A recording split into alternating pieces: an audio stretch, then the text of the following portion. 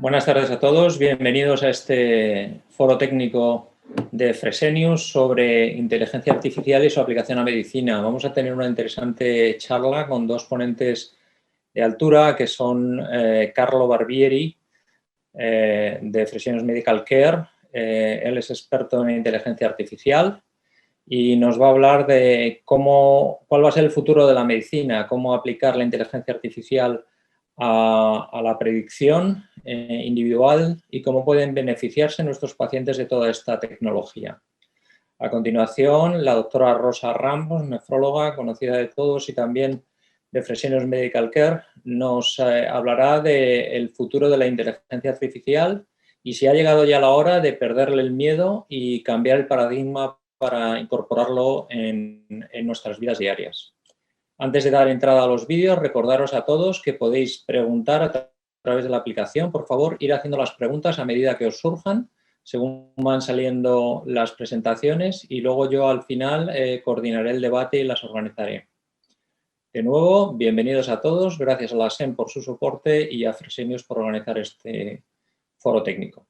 Adelante, vídeo. Buenos días a todos.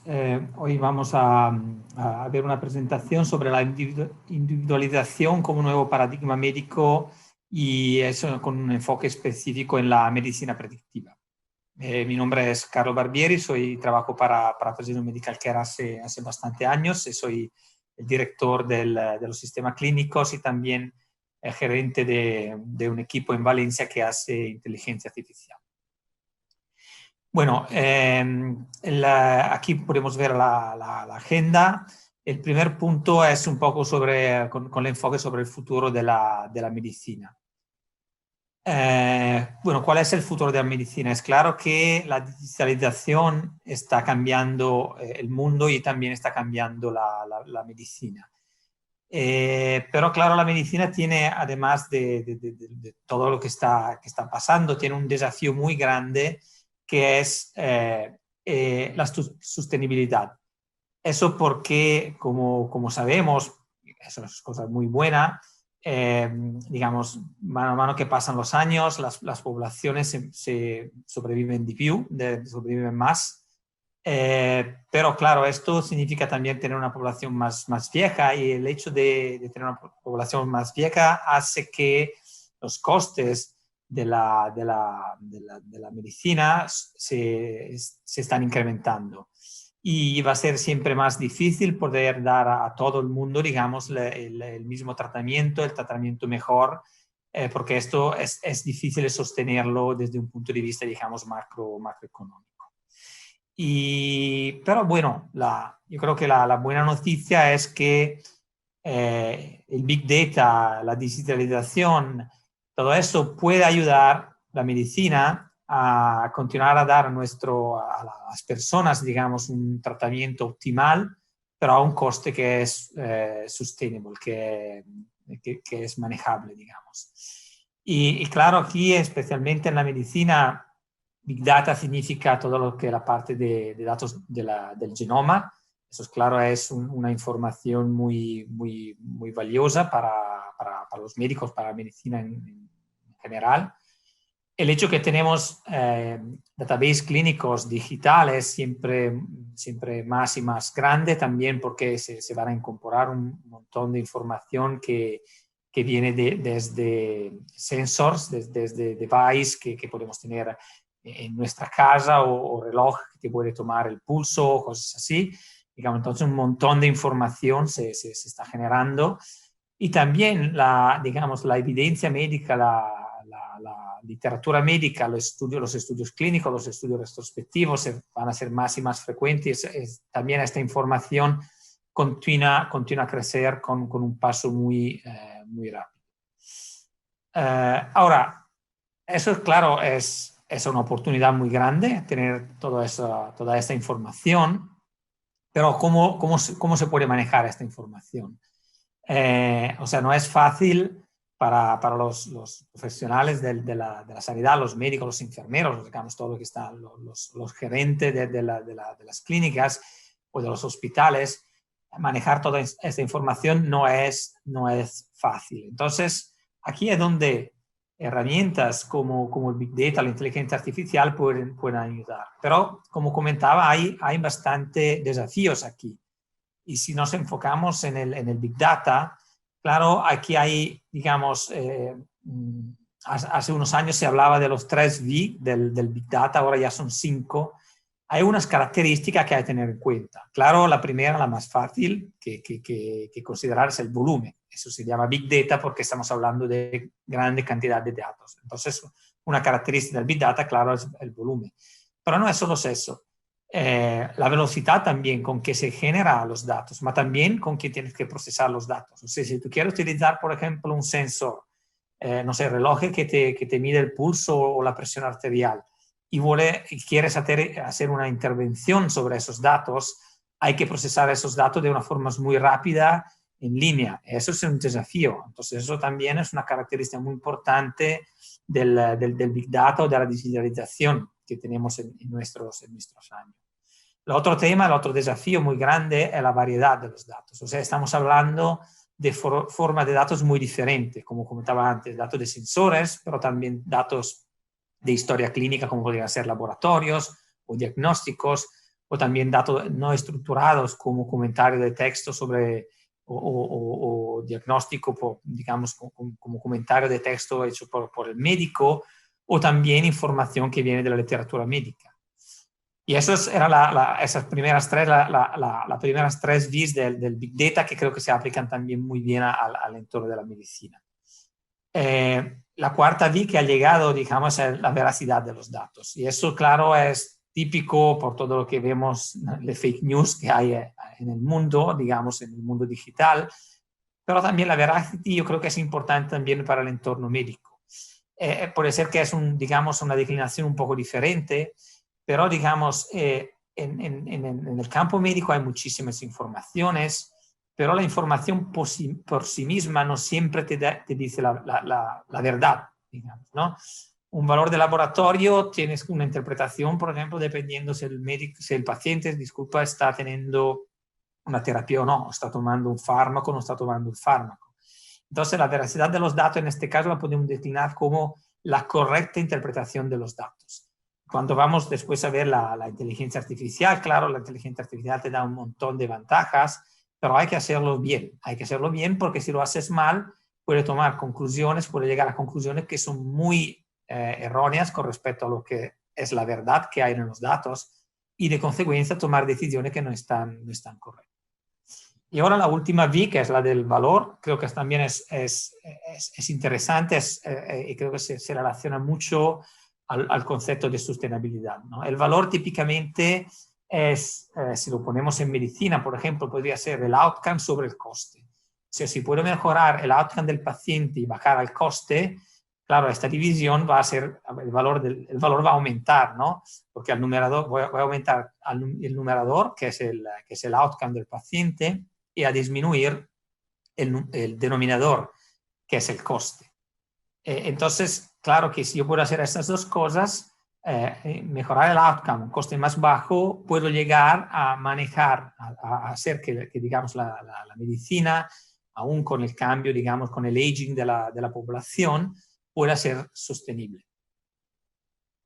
Ahora vamos a ver un poco más en detalle, digamos, eso, digamos, ¿no? Hemos definido un poco cuáles son los desafíos y los cambios que están llegando por el tema del, tanto de cambios socioeconómicos como cambio, digamos, de tecnológico, de digitalización. Ahora vamos a ver un poco más en detalle, digamos, la parte de inteligencia artificial y cómo esto puede afectar la salud de las personas. Claro, como comentaba antes, ¿no? El hecho de tener, por ejemplo, precision medicine, ¿no? Medicina basada sobre las características genéticas de las personas. El hecho de tener la inteligencia artificial y todas esas herramientas que puede procesar datos del genoma, como también todos los datos que hemos comentado antes que están a disposición, ¿no? Datos de los sistemas clínicos, datos de sensores y todos. Ya poner todo eso juntos y procesarlo por la inteligencia artificial, podemos dar soporte a los médicos para tener un nuevo paradigma de medicina, ¿no? Que es medicina predictiva o preventiva. O sea, La prevención ya es claro, ya es demostrado que prevenir es mejor que curar, digamos, es mejor para el paciente y también tiene un coste más bajo para la sociedad, ¿no? Y claro, para prevenir, predecir es un factor fundamental. Entonces, claro, la inteligencia artificial y la disponibilidad de los datos está, digamos, haciendo posible para cada uno de nosotros y especialmente para los pacientes tener, digamos, información de antemano que nos permita anticipar lo que va a pasar y de esta forma, digamos, tomar acciones, ¿no? Tomar acciones para prevenir una enfermedad, por ejemplo. Pero cuando hablamos de inteligencia artificial, hay que tener en cuenta de algo muy importante, o sea, el riesgo, ¿no? El riesgo que el utilizo de la inteligencia artificial tiene para los pacientes. O sea, el safety first, tienes que siempre el safety del paciente tiene que estar como digamos, objetivo principal. Después, claro, una vez que estamos garantizando el safety, podemos, claro, tiene sentido ir a mejorar, ¿no? El tratamiento de los pacientes. Entonces, eso creo que también es muy importante de cómo, digamos, sobre lo que se está esperando, ¿no? De cómo la inteligencia artificial va a cambiar la medicina o el trabajo de los médicos. El médico siempre tiene que estar, porque hay que, primero, claro, hacer un risk assessment de la herramienta de inteligencia artificial, pero por cómo está definida la inteligencia artificial, aprende de los datos. Y aprendiendo de los datos, claro, hay siempre casos que son raros o que son peculiares, que, digamos, están un poco lejos de lo que el modelo ha aprendido. Por eso es importante que el médico el médico continúe a hacer su trabajo. Es que el trabajo, lo que veo yo, va a ser diferente. O sea, el médico del futuro va a utilizar la inteligencia artificial para procesar los datos de una forma más rápida, para tener más informaciones, para tomar decisiones con más conocimiento, para también dedicar más tiempo a situaciones más complejas, donde también la inteligencia artificial te puede dar una recomendación o una idea, pero no tiene una confianza tan buena para tomar decisiones autónomas, digamos, ¿no? Y al final la decisión la tiene que tomar el médico sobre esto. Pero claro, sobre casos más sencillos, casos más estándar, la inteligencia artificial puede ayudar a ahorrar tiempo, puede ayudar porque, claro, una máquina está siempre con la misma atención, digamos, ¿no? Entonces, claro, una persona física, un ser humano, digamos, después de un montón de visitas, de un día largo y duro, puede tener un poco más dificultad de tener la atención, ¿no? La inteligencia artificial puede, en este caso, ayudar, ¿no? A hacer un poco de safeguard.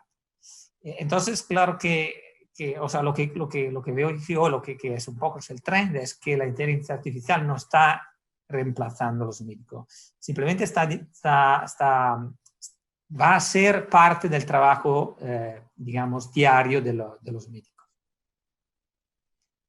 Pero claro, además de lo que es el impacto, ¿no? del día por día o de lo que son los efectos de la inteligencia artificial, hay que considerar también unos problemas éticos en la utilización de la inteligencia artificial.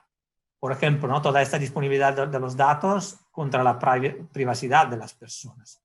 Por ejemplo, los datos de behavioral data, no sé cómo se dice en castellano, de comportamiento de las personas, tienen un montón de información súper útil también para la medicina, ¿no? Porque saber cómo se comporta un paciente, el estilo de vida, ¿no? Lo que hace el paciente en su casa, si bebe, si come, cuánto come, qué tipo de comida prefiere, eso puede ayudar mucho a entender también los outcomes del paciente.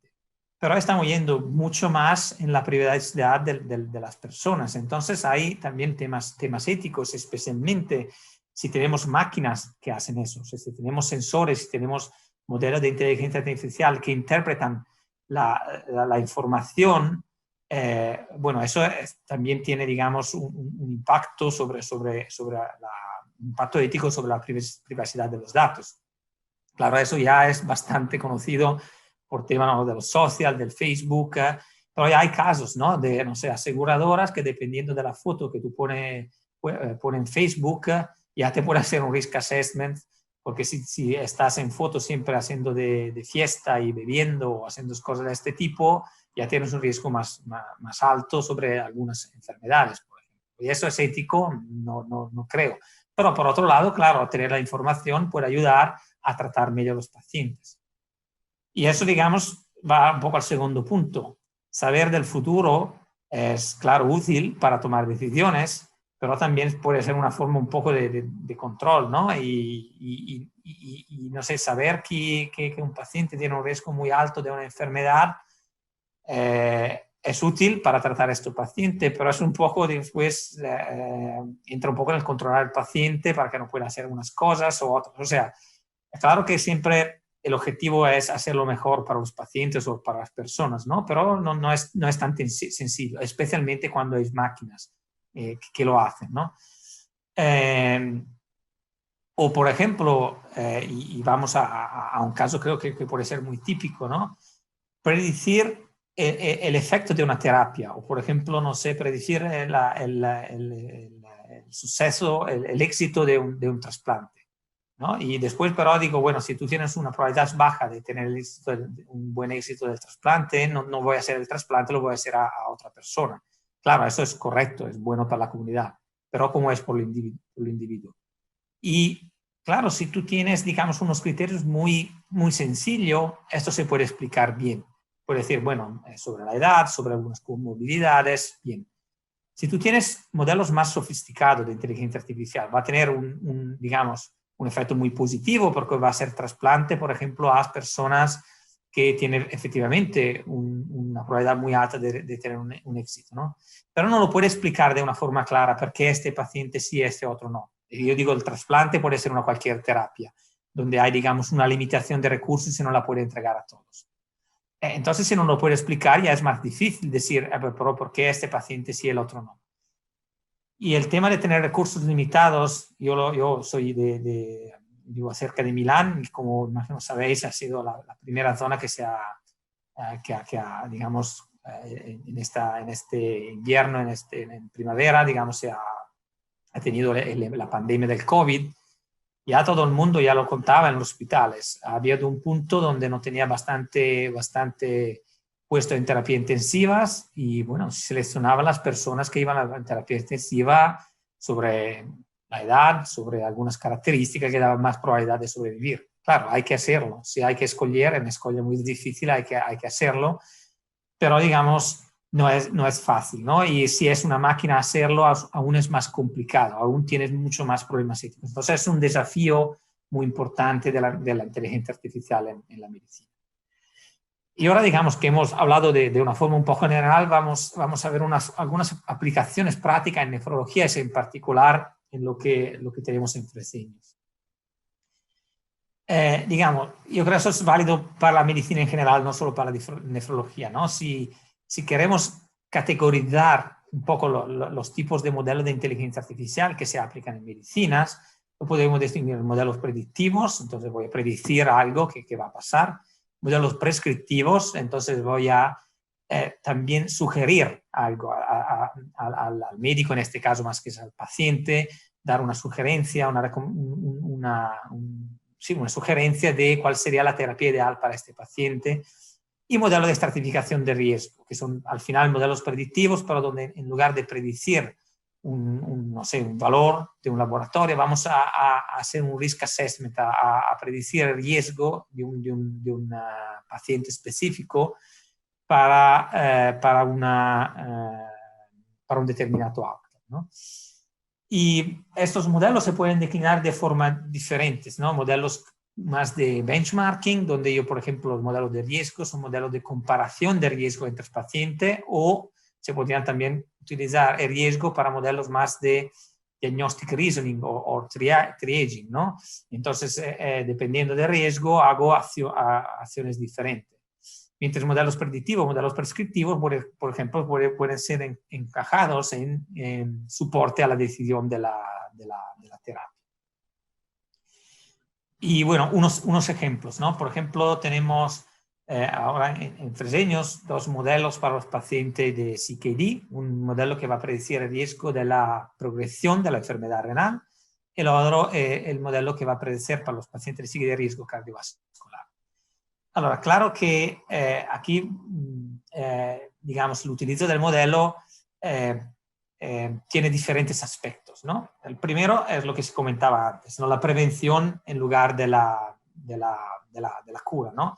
Si yo puedo predecir en CKD el desarrollo de la patología y puedo ralentizar el desarrollo de la patología, tengo el famoso efecto de crear valor, porque voy a tener un mejor outcome del paciente, porque estar en CKD es mejor que ir a diálisis para el paciente, es una calidad de vida más alta, y también tengo un coste más bajo para la sociedad, ¿no? Entonces estoy creando valor. Pero claro, en recursos limitados para hacer esto hay que tratar pacientes, y si no puedo tratar todos los pacientes de la misma forma, porque no tengo recursos suficientes para hacerlo, bueno, hay que definir cuáles son los pacientes que tienen que tener un seguimiento más intensivo con respecto a cuáles son los pacientes que tienen que tener un seguimiento, digamos, más, no tan intensivo, ¿no? Porque no lo necesitan. Y el modelo me ayuda en esto, y además, lo comentábamos antes, el modelo, además de establecer un riesgo para el paciente y estratificar, ¿no? Con un sistema de triage los pacientes sobre el riesgo, también va a informar el médico de cuáles son los factores de riesgo, así como son los factores protectivos para este paciente. Así que el médico, en este caso, puede tener elementos para, digamos, hacer este diagnostic reasoning para definir cuál es la estrategia mejor para este paciente, dependiendo de cuáles son los factores que tiene que manejar, que controlar, o cuáles son los factores también protectivos, no sé, donde el paciente tiene un efecto positivo para que continúe, digamos, siguiendo ese tipo de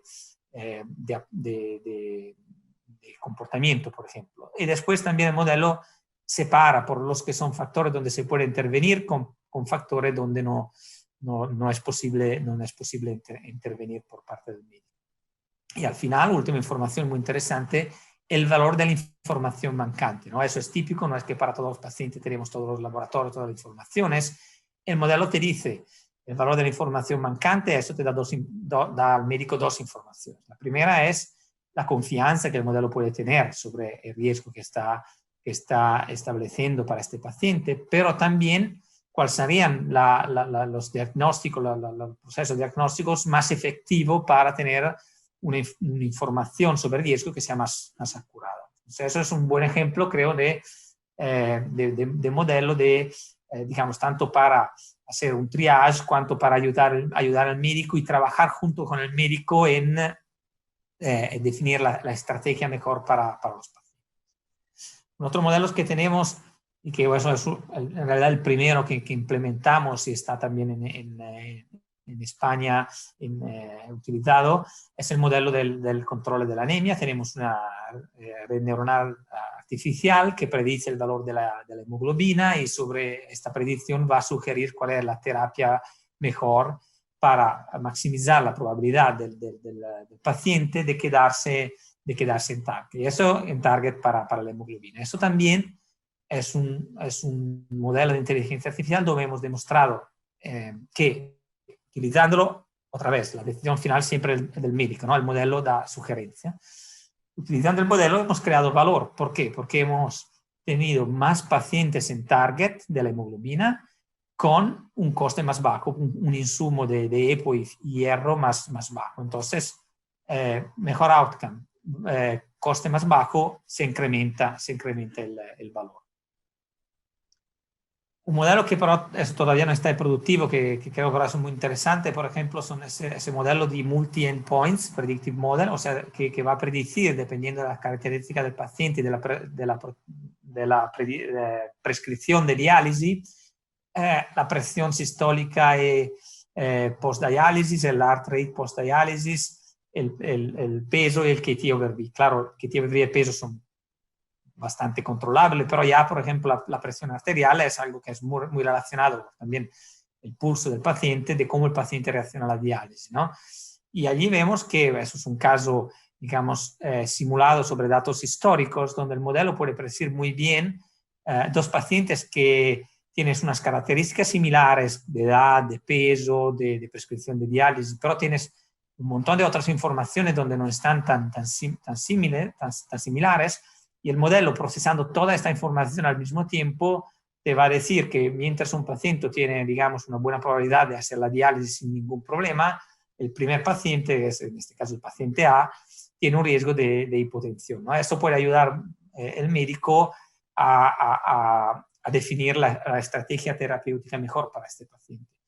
Y además, si lo pensamos en un futuro, tener modelos que manejan, digamos, el tratamiento del paciente, dejaría al médico definir la estrategia. O sea, no más prescribir, no sé, el ultrafiltración para el paciente, sino el control de presión o el heart rate, o prescribir el outcome, hacer la estrategia terapéutica para este paciente, definiendo, para este paciente tiene que tener una presión en este range, tiene que tener el pulso en este range, el peso en este range. Después el modelo se encarga de definir cuál es la ultrafiltración que se puede aplicar o blood volume o lo que sea. Esto todavía no está, eso es para el futuro, pero también eso podría ser una forma, ¿no?, de cómo la inteligencia artificial puede cambiar el trabajo del médico y dejar al médico definir lo que quiero obtener para el paciente. Después la inteligencia artificial me ayuda en casos como lo de la diálisis a obtenerlo. Otro modelo que eso pero está en productivo, y creo que también Rosa va a presentarlo después, es lo del COVID, ¿no? Claro, eso es un tema muy, muy actual. Nosotros tenemos un modelo que para cada paciente, también considerando la área, digamos, el riesgo de la población del área, va a predecir un riesgo para cada paciente con una semana de adelantación más o menos. Y eso, bueno, es bastante complicado utilizarlo, la verdad, pero digamos, sumando el riesgo de todos los pacientes en una clínica, el modelo te puede decir con una discreta, digamos, precisión el riesgo de tener un outbreak del COVID en la clínica. Y claro, eso para los médicos o para también los gerentes de las clínicas es una información muy válida para tomar decisiones y manejar esta situación. Para hacer un pequeño resumen, para dar un poco de visibilidad de lo que tenemos en esta fase en Fresenius, y producción o en piloto en unas clínicas, tenemos los modelos de riesgo CKD que ya hemos comentado, en la línea Control Model.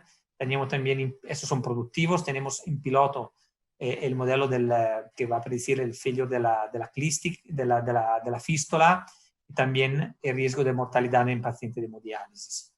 Mientras tenemos en productivo un modelo básico de riesgo de bone mineral disorders, o sea, dependiendo del clúster del PTH, calcio y fósforo del paciente, se da un riesgo del paciente a lo largo plazo, y también el modelo del COVID. Mientras son más en desarrollo un modelo para la predicción de la sobrevivencia en terapia PD, eso para definir si el paciente tiene sentido que empiece con PD o con hemodiálisis, y también un modelo de riesgo de peritonitis para paciente PD, lo que hemos comentado antes del modelo de multi-endpoints y del modelo de hipotensión. Y también estamos en fase más inicial trabajando en modelos de quality of life, del patient reported outcomes, para, digamos, incluir en los modelos, en las predicciones, no soltanto los outcomes médicos, pero también los outcomes de calidad de la vida, y también un modelo para detectar la estenosis de la fístula. Una última, digamos, un último comentario, ¿no? Yo creo que más y más, teniendo más datos, teniendo todos los datos en línea, teniendo, digamos, toda la capacidad de procesar esos datos de una forma rápida y en línea, otra vez, vamos hacia la dirección de tener, digamos, gemelos digitales de los pacientes. Gemelos digitales con los pacientes, o sea, significa tener toda información sobre similaridad entre pacientes, detectar anomalías también en los datos, tener modelos de inteligencia artificial para diferentes outcomes, pero en este caso juntarlo de una forma holística y también de tratamiento personalizados. O sea, al final lo que creo que va a pasar es que cada médico para su población de pacientes que tiene que manejar va a tener un modelo digital de todos los pacientes, donde la inteligencia artificial, la técnica de Big Data pueden procesar un montón de información que para un ser humano sería imposible procesar, procesarla dando informaciones, dando riesgos, dando sugerencias, así que el médico podrá manejar con toda esta información la terapia de la forma ideal, de una forma rápida, eficiente, y así que para llegar, como se comentaba, a tener la mejor terapia, el mejor cuidado para todos los pacientes, porque se podrá hacer de una forma más eficiente a un coste más bajo. Y esta es mi última ponencia y agradezco mucho para la atención y un saludo. Buenos días. Gracias, Carlo, por tu presentación. Después de esta charla de Carlo, vamos a ver qué es lo que nos depara a nivel de médico, a nivel práctico, el futuro de esta inteligencia artificial. ¿Cómo la vamos a aplicar en medicina? Esta es la agenda que vamos a ir viendo. La inteligencia artificial no es nada nuevo, existe ya desde 1956 y ya en los años 70 se compartía la primera experiencia en el sector de salud con el denominado MyCIM. Este era un sistema experto orientado a la detección de enfermedades infecciosas en la sangre que razonaba, se comunicaba con lenguaje natural con el usuario y recetaba medicaciones de forma personalizada. O sea, el antibiótico te lo recomendaba individualizado para cada paciente. Esto se basaba en una nutrición de información por una persona experta, por un infectólogo, por varios infectólogos, que nutrían esa base de datos y mediante reglas y técnicas de ingeniería, algoritmos matemáticos, hacían una aproximación al antibiótico que tenían que prescribir y le devolvían, en base a la consulta que había hecho el prescriptor, el user, le devolvían una respuesta indicándole el antibiótico más apropiado. Pero, ¿qué pasaba? Si ya tan temprano se hablaba de inteligencia, de procesamiento del lenguaje natural o de prescripción, ¿por qué hasta ahora existen tan pocas contribuciones de la inteligencia artificial en nuestra práctica clínica? Porque parece que es ahora que el aprendizaje basado en máquinas y datos comienza a fusionarse con la realidad. Ahora sí que vamos hablando y vamos oyendo que hablamos de cirugía robótica, de gestión de la medicación, tenemos 1000 programas que nos indican posibles interacciones basadas en la historia y en los antecedentes clínicos de nuestros pacientes, análisis de laboratorio y de anatomía patológica, programas que basados en la anatomía patológica de las biopsias renales de nuestros pacientes nos indican y nos pueden dar una idea de cuál es la medicación, la mejor medicación para esa patología concreta, o asistentes médicos virtuales y online que nos dan la información en directo. Pero tiene unas limitaciones. Esta inteligencia artificial no es todo tan fácil. ¿Qué limitaciones existen en medicina? Pues que no tiene el poder de toma de decisiones similar a los humanos. Les falta esa nutrición que tenemos a nivel, nosotros nos nutrimos de una vida social, de una vida familiar, de muchas experiencias. Todo esto es lo que les falta a las máquinas para poder tomar unas decisiones similares a las de los humanos. No posee tampoco capacidades ni habilidades humanas. Les falta los sentidos, les falta poder palpar, tocar, ver, observar. Esto es lo que es un déficit que tienen las máquinas hasta ahora para poderlo aplicar en medicina.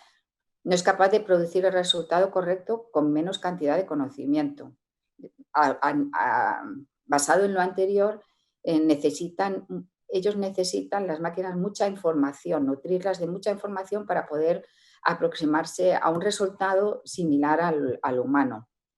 Y además requiere mucho entrenamiento. Esa información necesitan nutrirla, necesitan tener muchos ejemplos de cosas similares para poder elaborar una respuesta o una solución. En cambio, tienen beneficios en su aplicación. Son más accesibles a un menor coste. No se ve afectado por las emociones, a diferencia de los humanos, que en cierta medida puede ser un beneficio. Tienen una tasa de error baja debido a lo anterior, o sea que no están influenciados por según qué emociones, que pueden cambiar una perspectiva y una visión de un resultado concreto.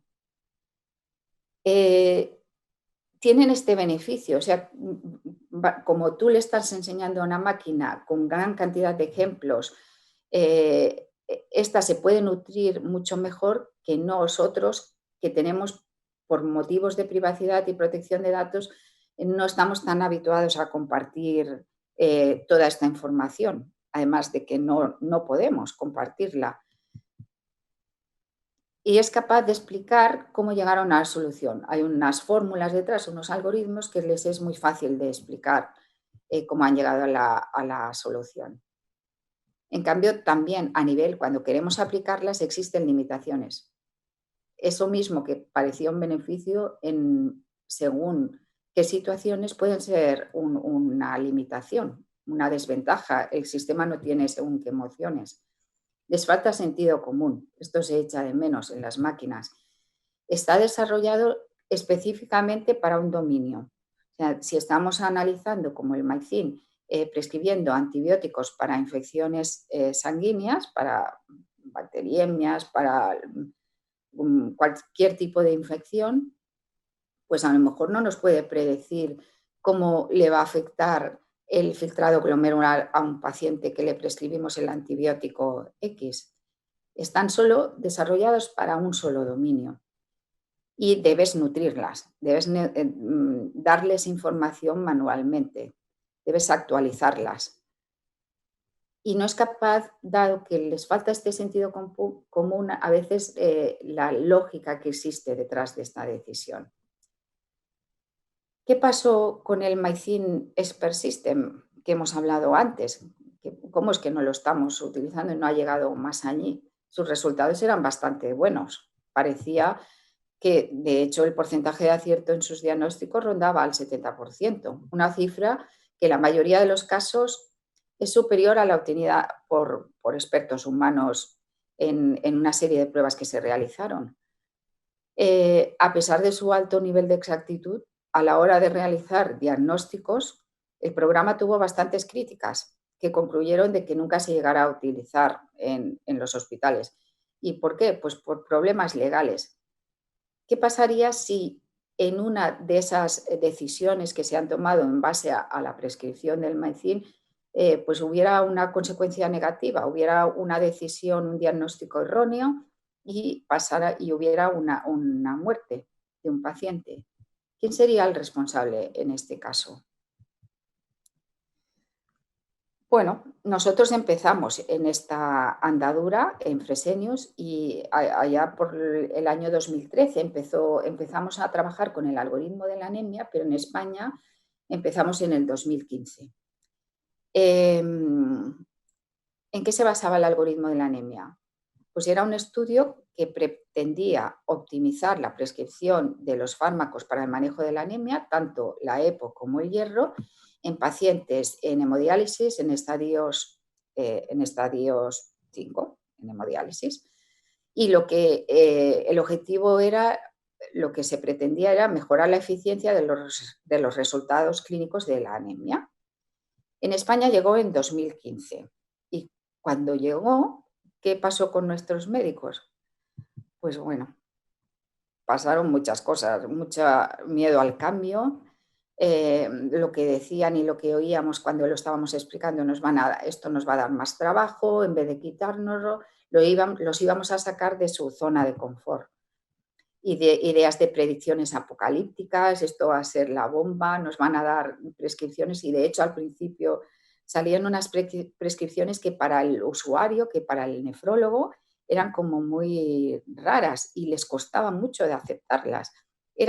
Ellos tenían la capacidad de la decisión de aceptar o no la prescripción que les recomendaba el algoritmo. Y en muchas de esas ocasiones la rechazaban porque eran prescripciones que no les cuadraban con nuestras ideas. Otra de las cosas que se repetía mucho era: las máquinas nos van a reemplazar a todos, nos van a echar a todos los nefrólogos en Fresenius. En total hubo mucha resistencia al principio. Mucha resistencia hasta que empezaron a usarla y vieron estos resultados. Aquí veis todos los países, vemos aquí España y en esta parte de aquí todos los países que habían empezado a usar el algoritmo de la anemia. Y cómo esos resultados comparados del 2013 de pacientes en rango de hemoglobina entre 10 y 12 o mayor de 12 que no llevaban EPO habían mejorado, pero muy significativamente. Veis en España, por ejemplo, como de alrededor de un 63% pasamos al 76% de pacientes en rango. Poco a poco los usuarios, los nefrólogos, empezaron a ganar confianza en el algoritmo y a usarlo mucho más. Existen varias publicaciones que hablan de la resistencia a esta inteligencia artificial en medicina y cómo llegar a superarla. O sea, hay varias y poco a poco las vamos venciendo. De tal manera de que yo creo que nuestra visión ha ido cambiando y os voy a presentar aquí, esto no es no está basado en inteligencia artificial, pero sí es una solución digital que tenemos en nuestras clínicas en la que todas las aplicaciones de inteligencia artificial que se van desarrollando se van incluyendo. Os dejo aquí este enlace para que la podáis descargar el vídeo y ver en qué consiste, pero os la voy a resumir. Estos son tablets, como podéis ver en la figura, en la que nos facilita la vida diaria. Está incluido el algoritmo de la anemia y está incluido el algoritmo que veremos a continuación sobre mortalidad y poco a poco se irán incluyendo todos los que se están desarrollando. ¿Cómo ha cambiado esta percepción por nuestros médicos? Pues así, cuando hemos hecho la encuesta es útil porque tenemos todos los datos de tratamientos, estado hemodinámico a pie de máquina. Pasamos visita con él, se pueden hacer cambios inmediatos que de otra manera había que ir a desplazarse hasta el ordenador del despacho para poderlos aplicar. Es útil para hablar con el paciente. Le puedes mostrar los resultados de las analíticas de su peso, de tratamiento al paciente directamente en sala. Los gráficos y el historial son resultados muy útiles. Hay mucho gráfico que puedes mostrar al paciente que les facilita su visión. Se puede modificar toda la prescripción, pautar medicación añadida que necesitas pautar al paciente en sala, un paracetamol porque pues, en ese momento tiene dolor. Y además se pueden hacer los evolutivos desde la sala. Se puede utilizar como segundo ordenador. Casi todos los comentarios que fuimos obteniendo de la encuesta fueron muy positivos y en definitiva lo encontraron todo muy útil. Fuimos un paso más allá y en Fresenius ahora tenemos esta posibilidad y es un análisis predictivo de mortalidad que quiero mostraros. Esta es la página que se vería cuando entramos en el Balance Scorecard, nuestro cuadro de mandos, y aquí podemos ver cómo en nuestro país este programa de inteligencia artificial nos puede predecir la mortalidad en 2 años, no solo de país, sino de todas las clínicas que tenemos en España. Cada barrita significa una clínica. A nivel, en barrita azul, la mortalidad que podemos ver y el puntito que vemos es el estado el número de problemas activos de los pacientes en cada clínica. ¿Qué significa problemas activos? Significa aquellas celditas en un Excel en el que nosotros estamos mirando todos los indicadores, todos los KPIs por paciente y todos aquellos indicadores que no estén en rango nos saldrían como un problema activo, una celdita en rojo, un numerito en rojo, que no llegamos a conseguir el objetivo. Sumando todas esas celditas, encontraríamos el número de problemas activos. Vamos a ver algún ejemplo. Aquí veis, por ejemplo, en este centro, cómo ponderamos según todos estos son los indicadores, nuestros KPIs, más alguno más. Hay 22, si no recuerdo mal, que son los que nosotros miramos y cómo ponderamos y sabemos qué peso específico tiene cada indicador, no solo por clínica, esto lo podríamos hacer por paciente. ¿Qué peso específico tiene para predecir la mortalidad en 2 años? Para poder actuar individualmente en ese problema específico y poder prevenir y reducir esa mortalidad. Vamos a ver este ejemplo. Nos vamos a Italia porque ellos tienen ya el sistema completamente implementado. Estas serían las clínicas de Italia. Vemos aquí en la barrita azul una que tiene una baja mortalidad, muy baja, comparado con los problemas activos, que también tienen uno de las menores con problemas activos. Y entramos en ella. ¿Qué es lo que vemos? Pues vemos que en sobrehidratación, esta clínica en concreto, que tiene un 17% de mortalidad, veíamos que la media de país era del 23%, esta clínica en concreto tiene muchos más pacientes en rango de sobrehidratación, o sea, menor del 15% de sobrehidratación, que no fuera de rango. Es un factor que les actúa como protector de esa mortalidad. Vamos a coger otro factor que tienen que les compensa, es el volumen de sangre dializada. Muchos más pacientes con un volumen de sangre dializada mayor de 240 parece que les actúa de un factor protector. Vamos a ver otro caso. Nos vamos ahora a una clínica con una alta mortalidad, con muchos más problemas activos y cuya mortalidad en 2 años nos acercamos a casi al 30%. ¿Qué pasa en esta clínica? ¿Qué es lo que está pasando? Pues entramos en la clínica y lo que vemos es que hay varios factores que nos están prediciendo esa mayor mortalidad. Uno de ellos es el volumen de sangre dializada. No consiguen llegar a los litros de sangre dializada, como veis aquí. Estos serán en la barra azul los casos observados y que están muy por encima de los que serían el objetivo que tenían. Vamos a coger otro factor como puede ser el fósforo. Pues lo mismo, nos pasa con el fósforo. No consiguen llegar en muchos pacientes al rango que tienen entre 2,5 y 5,5. Esto nos lleva a considerar esta clínica como de alto riesgo. Tenemos 2 factores que nos pueden influir en la mortalidad y en los que podemos incidir para mejorarla. Creo que son muy útiles estas herramientas y hemos querido ir un paso más allá. Estamos trabajando ahora en un modelo predictivo COVID. Las posibilidades que nos brinda esta inteligencia artificial en la que se poseen tal cantidad de números de datos. Sabéis que Euclid nos permite, no solo está en España, no solo está en Italia, está en toda Europa. Tenemos más de 240.000 pacientes incluidos. Nos permite bajar tal cantidad de datos y mezclarlos que se puede aplicar también a situaciones como la que estamos viviendo en una lucha eficaz contra las pandemias.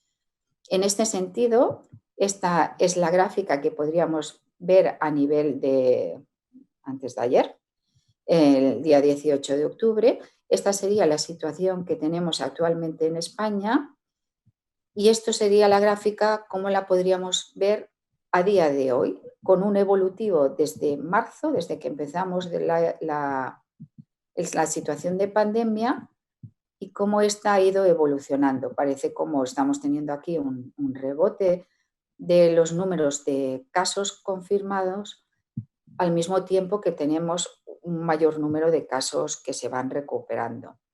Esta sería otra visión de la gráfica y todo esto nos permitirá relacionarlo con todas las variables que hemos ido viendo hasta ahora, con todos esos KPIs que hemos ido analizando, que tenemos sodios, tenemos hiperhidratación y es el siguiente paso que nos permitirá predecir con mucha exactitud cuáles son los factores pronósticos, factores preventivos en los que podamos incidir para prevenir esta situación de pandemia.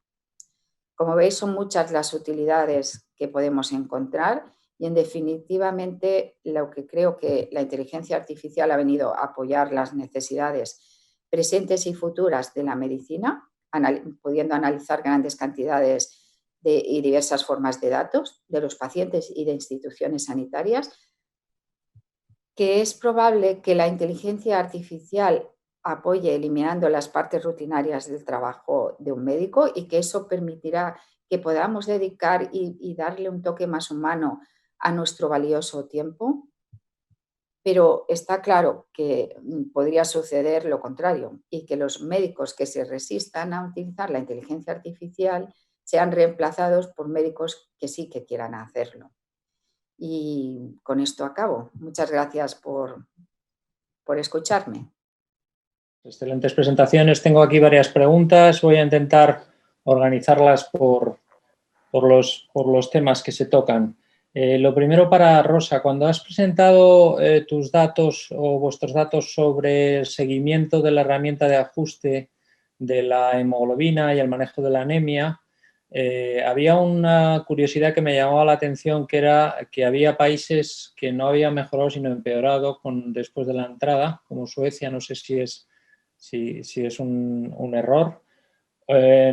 Y quisiera saber también si tenéis datos de cuál es el porcentaje de las situaciones en las que el médico no decide seguir el consejo de la plataforma.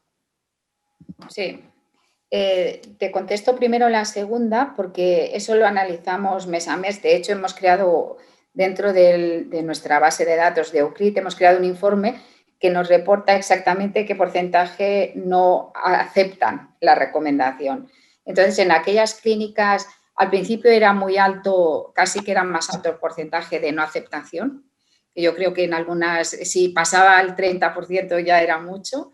Y la verdad es que te podría decir que en Cartagena, por ejemplo, donde fue de los primeros, están en el 99% de aceptación de las recomendaciones. En Cataluña estamos alrededor del 90%. Y en Madrid, que se ha introducido más recientemente, no hace mucho, cuando el nuevo acuerdo marco, aquí más, el porcentaje está alrededor del 80%. Más díscolos aquí, seguro, en Madrid. Unas preguntas de tipo técnico vienen por aquí para Carlo. Carlo, ¿eres más partidario de trabajar con información estructurada, como suele suceder en el entorno de la hemodiálisis, o con información en lenguaje natural? Bueno, la verdad no estoy partidario o sea, creo que los dos tienen ventajas diferentes. En Euclid, por ejemplo, tenemos mucha información estructurada y la diálisis, claro, ayuda mucho. Y esto es típicamente más efectivo porque eso permite, digamos, una validación, tanto el entrenamiento de los modelos cuanto una validación de los modelos que es mucho más cierta.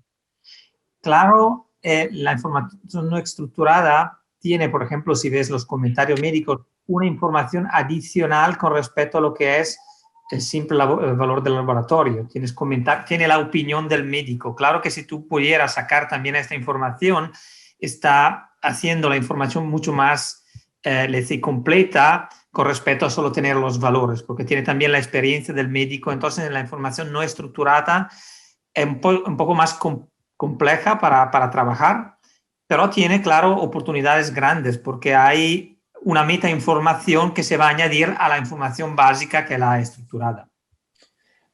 Otra pregunta de tipo técnico para Rosa. Nos preguntan si habéis pensado en trabajar con entrada de información directa desde el paciente, porque como planteaba Carlo en su charla, el reto de la inteligencia artificial basada en Big Data es la velocidad, o sea, sería la capacidad de tomar decisiones en tiempo real con una información que esté entrando. Entonces, la primera parte de la pregunta va para Rosa. Rosa, ¿habéis pensado trabajar con algún tipo de estrategia tipo tablet donde el paciente, como ya hay otras experiencias, antes de entrar en la sala meta sus síntomas, responda a un sencillo cuestionario para tener su punto de vista? Estamos ahora está en desarrollo una tablet para el paciente, una app para el paciente, que es el My Companion, que bueno, ya tiene nombre y está bastante desarrollada, y ahí sí que podrá estudiarse esos casos, o sea que tendremos la misma información que puede el paciente ya introducir desde su casa, si tiene fiebre, si no tiene fiebre, antes de subirse a la ambulancia. Entonces, eso ya está en marcha. Y de hecho, a partir de este noviembre, si no hemos entrado es porque se ha retrasado por algún problema nuestro de agenda. Vamos a introducirlo ya a los pilotos en España con el My Companion. Muy bien. Carlos, en esta misma línea, en la hemodiálisis tenemos la tremenda ventaja de que el paciente está monitorizado, hay muchos datos que están entrando en tiempo real, pero en un futuro ¿contempláis trabajar con wearables al estilo de los que están ahora, que llevamos todos puestos encima, pero con un enfoque médico, de forma que el paciente en remoto desde su casa podamos tener información para la toma de decisiones sobre cuál es su control de tensión arterial, arritmias, etcétera? Sí, claro. Digamos, lo comentaste, ¿no? El primero es la conectividad. La primera, digamos, desafío es tener los pacientes conectados, tener las informaciones conectadas. Ya, por ejemplo, por el caso de hemodiálisis, entonces, en las clínicas, estamos trabajando en modelos en tiempo real para predecir, por ejemplo, una hipotensión a lo largo del tratamiento, ¿no?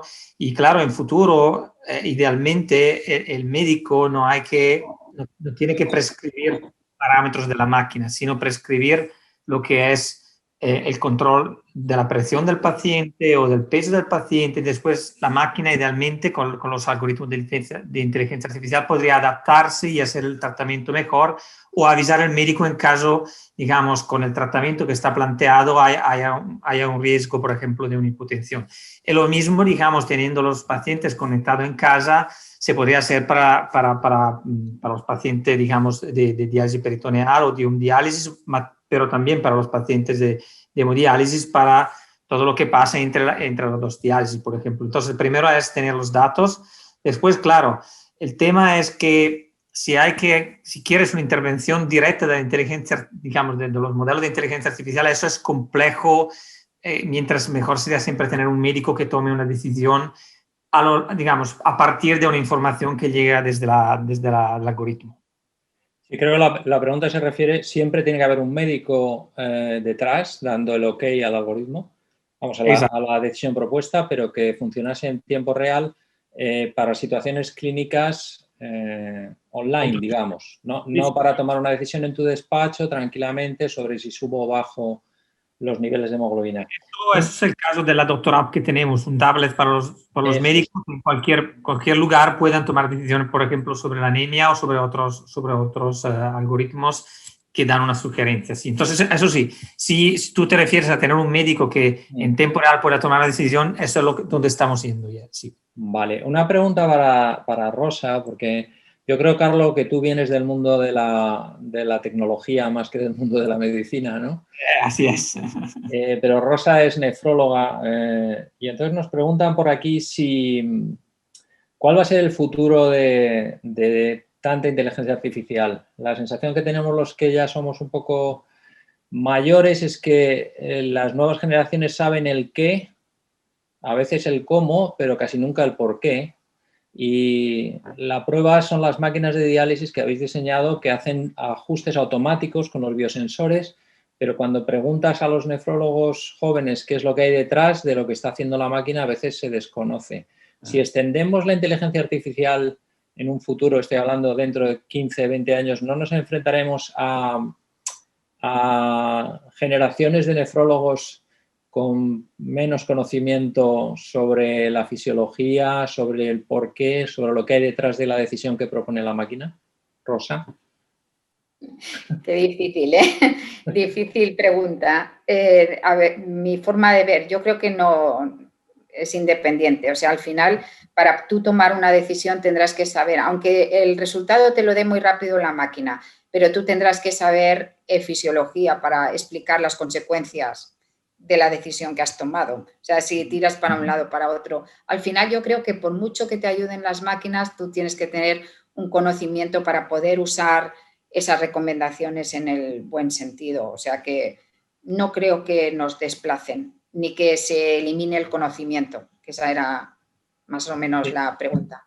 Sin duda, los que tienen miedo al cambio tienen que ir cambiando ese miedo por otra sensación, porque el Big Data, la inteligencia artificial, las máquinas están mejorando y han venido aquí para quedarse. Y sin duda las charlas que habéis dado hoy son verdaderos ejemplos. Recuerdo que Fresenius me invitó hace 3 años también a un foro con este enfoque y hoy en día la gran diferencia es que ya habláis de modelos concretos, habláis de modelos de predicción de entrada en diálisis, modelo de riesgo vascular, modelo de predicción de hipotensión y modelos de manejo de la anemia, que son realidades tangibles que están aquí para ayudarnos.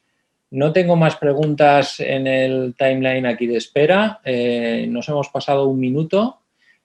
Muchas gracias, Fresenius, primero por invitarme a mí y sobre todo por traeros a vosotros como excelentes ponentes. Espero que todos hayáis disfrutado de una sesión muy interesante y si no, espero que quedará colgada y podréis disfrutar en otro momento. Gracias a todos y hasta la vista. Gracias.